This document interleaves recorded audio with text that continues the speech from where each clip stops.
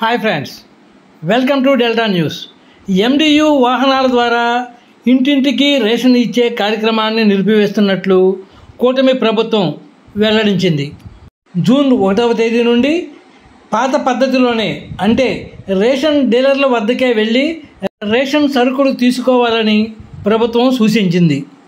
ఇంటింటికి రేషన్ సరుకుల పంపిణీ కార్యక్రమంలో భాగంగా గత ప్రభుత్వం 9,260 ఎండియు వాహనాలను కొనుగోలు చేసింది. ప్రతి నెల వీటి ద్వారా రేషన్ సరుకులు పంపిణీ చేస్తూ వచ్చింది. అయితే కూటమి ప్రభుత్వం అధికారం చేపట్టాక వీధి చివరనే వాహనాలు పెడితే అక్కడికెళ్ళి సరుకులు తీసుకోవాల్సి వస్తుందని పలువురు లబ్ధిదారులు ఆరోపించారు. అంతేకాక రేషను బియ్యం వాహనాల ద్వారా రేషన్ బియ్యం అక్రమ రవాణాకు పాల్పడుతున్నారనే ఆరోపణలు వెల్లువెత్తాయి.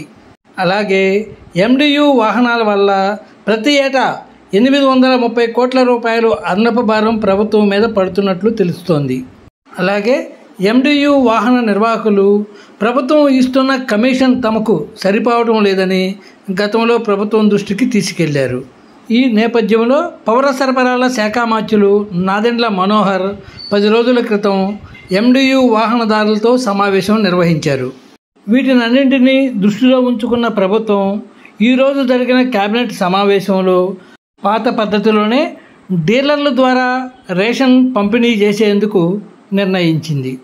ఫ్రెండ్స్, లేటెస్ట్ న్యూస్ అప్డేట్స్ కోసం ఇప్పటివరకు మీరు మా ఛానల్ను సబ్స్క్రైబ్ చేసి ఉండకపోతే వెంటనే సబ్స్క్రైబ్ చేసుకోండి. అలాగే మీకు ఈ వీడియో నచ్చితే లైక్ చేయటం మర్చిపోకండి.